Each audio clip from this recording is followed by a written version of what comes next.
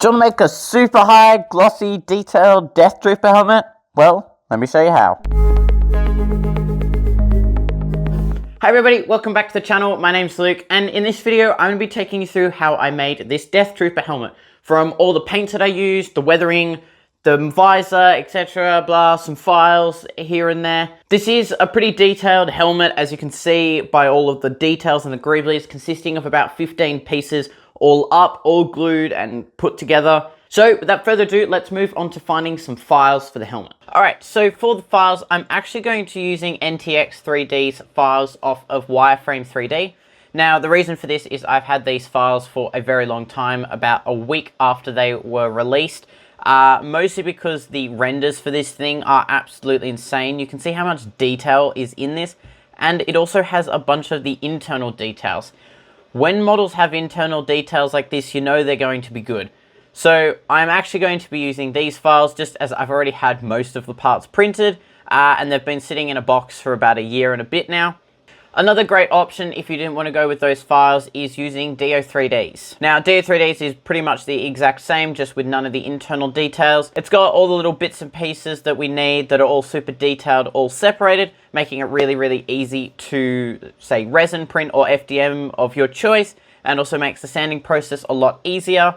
But the other benefit to going with DO3D is that if you CRE8 at checkout, you'll get 20% off with this build, any helmets, suits, or anything that you can think of that will help you in your journey to starting that build. So really, either of these files are perfect for what we need. It's all up to you on how much detail you want or how much you're willing to spend in the grand scheme of things. But without further ado, I'm going to get this printed, resin printed, and start the sanding. 3 hours later. Alright, so with the paint in the Death Trooper, this is going to be a very hard paint job.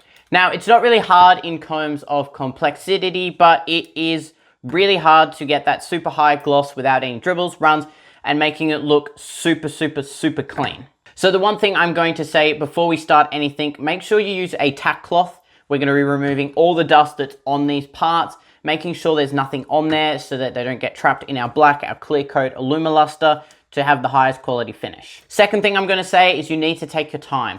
There is no competition in how fast you have to go on this. Take your time, wait for these paints to dry.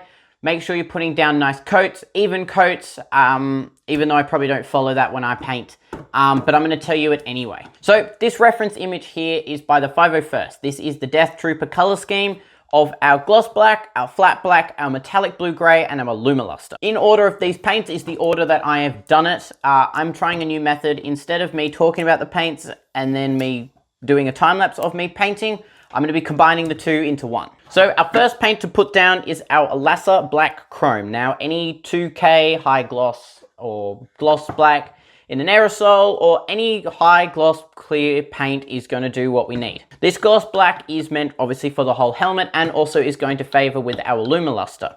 Now, we don't have any footage of this and our clear coat, mostly because these are in the HDLP. I get very stressed when doing it. I don't have a full camera set up as of yet, but in the next couple videos I will start to be actually filming this.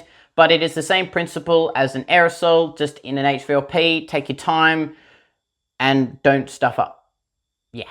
So that's our gloss black ticked off. The second step is our Alumoluster. Now, the reason I'm doing the Alumoluster second rather than the clear coat second, then a Alumoluster, then another clear coat, is because my clear coat is a 2K gloss black. The gloss black that I use has a 2K in it, meaning it's super, super shiny already, meaning your Alumoluster goes down perfectly. I'm going to tape off all the areas that don't need Alumoluster, but most of it is on the face and individual pieces, which makes it really, really easy. So I'm going to be shooting this through a 0.6mm nozzle at 25 PSI to get me the best results. This is going to go down really, really nicely on our gloss black. And then once that's done, we can tick off the Alumoluster. A third step is bringing in our 2K clear coat. Now for this, I'm using the MS22 2K clear coat. Now this clear coat is very, very shiny and very, very nice. Now it's a 2K, meaning it's going through my HVLP yet again. But if you don't have an HVLP, there are some companies starting to make some 2K clear coats where there's a part A and a part B within an aerosol can, which gives you the same results roughly as something through an HVLP gun, but in the very nice comfort of using an aerosol can. So once our clear coat is down, that's going to tick off our gloss black again, but making it really sealed, and my Alumoluster also super sealed and nice and shiny. Moving on to the blue gray. Now for the blue gray, I'm actually going to be doing this hand painted. Now, the reason I'm hand painting is because this is a metallic blue gray. Now, what does that mean? Well, in my eyes, I see that as being sort of streaked metal, brushed metal, which has been painted. So in this way, I'm going to be utilizing the brush bristles to give us that effect. Now, I'm going to be combining a bunch of 3 different colored Vallejo paints. The first one being is a gunmetal. This gunmetal is only needing a little bit, but it's just to give us that nice sparkly shine to distinguish it from the flat black. The second color is my blue gray. Now this blue gray is giving us our blue gray texture that we're going to need for that metallic-y color. And then last but not least is just a boatload of black to make all of this shininess turn really, really dark. That's going to blend it in with the flat black next to it and not give it away too much that it's a different color, but also distinguish it enough that it is not a flat black. So with these ones, just take your time. If you want to airbrush it, airbrush it. If you have an aerosol can that you think works really, really well for this, use that. But this is the method I'm going with because I was terrified at aerosoling and I liked the brush, like I said. And our very, very last step is going to be using some TS80 to tick off our flat black. Now, this is Tamiya's TS80 flat clear. This is typically used to, say, spray Gundams so they're super shiny when they come off the factory. Then they use this to sort of dull it down so that we can start weathering it, chipping it, blah, blah, blah.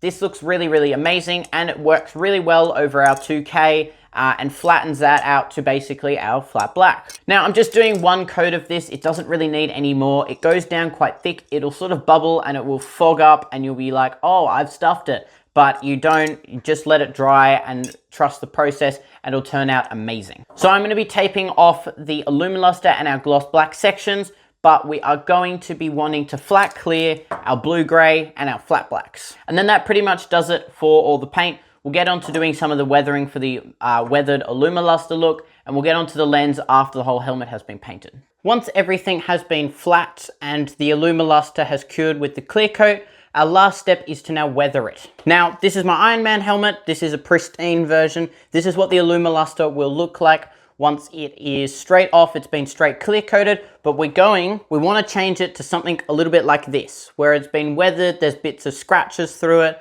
and there's bits of corrosion and that sort of stuff. Now, I won't be going into too much detail in exactly how I do this because I learned this from a course by Henry Creations. I believe a link down in the description to all his courses. They are truly amazing. And he takes you through the entire steps of everything you'll need. He's super helpful in any questions or queries that you may have. So I won't be going into too much detail to do him wrong, but it is an incredible course and I very, very, very highly recommend it to enhance your props from something really boring, simple, to something that's got a lot of texture and detail through it. So to achieve this, it's just a little bit of naphtha and a little bit of oil paints and some steel wool, doing a little bit of here and there, figuring out what sort of styles we want, looking at reference images, and then that's how we're going to get that design. So when the faceplate has dried and all that flat black is perfect, we'll then go around the Alumoluster and weather that up and any of these other little details, finishing off this mouth greebly and the nose, and then we'll be putting everything together and then it'll be time for the final result. And, well, that's it. That is the Death Trooper helmet complete. I can't do my usual spin. This thing weighs an absolute ton and it's very, very front heavy. As you can see, all the greebly pieces are on the front. But this helmet turned out pretty damn good. I'm very happy with how this ended up. All of the Alumoluster battle damage looks amazing.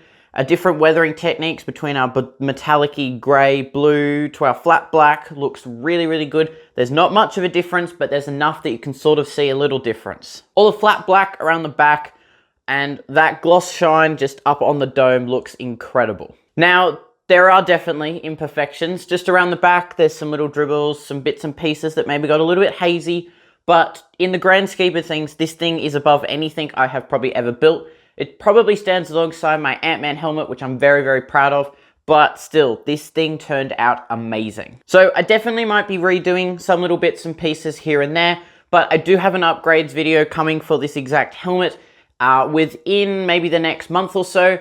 There are some new products arriving, which we're going to be using with this helmet. We're going to be adding electronics, sound effects, and actually doing all the internal details for the helmet. Those internal details are going to take a very, very long time. They're all going to be resin printed. Everything's going to be smoothed out, all alumilusted with all these lights and everything. It's going to be insane. So definitely subscribe so you don't miss that video.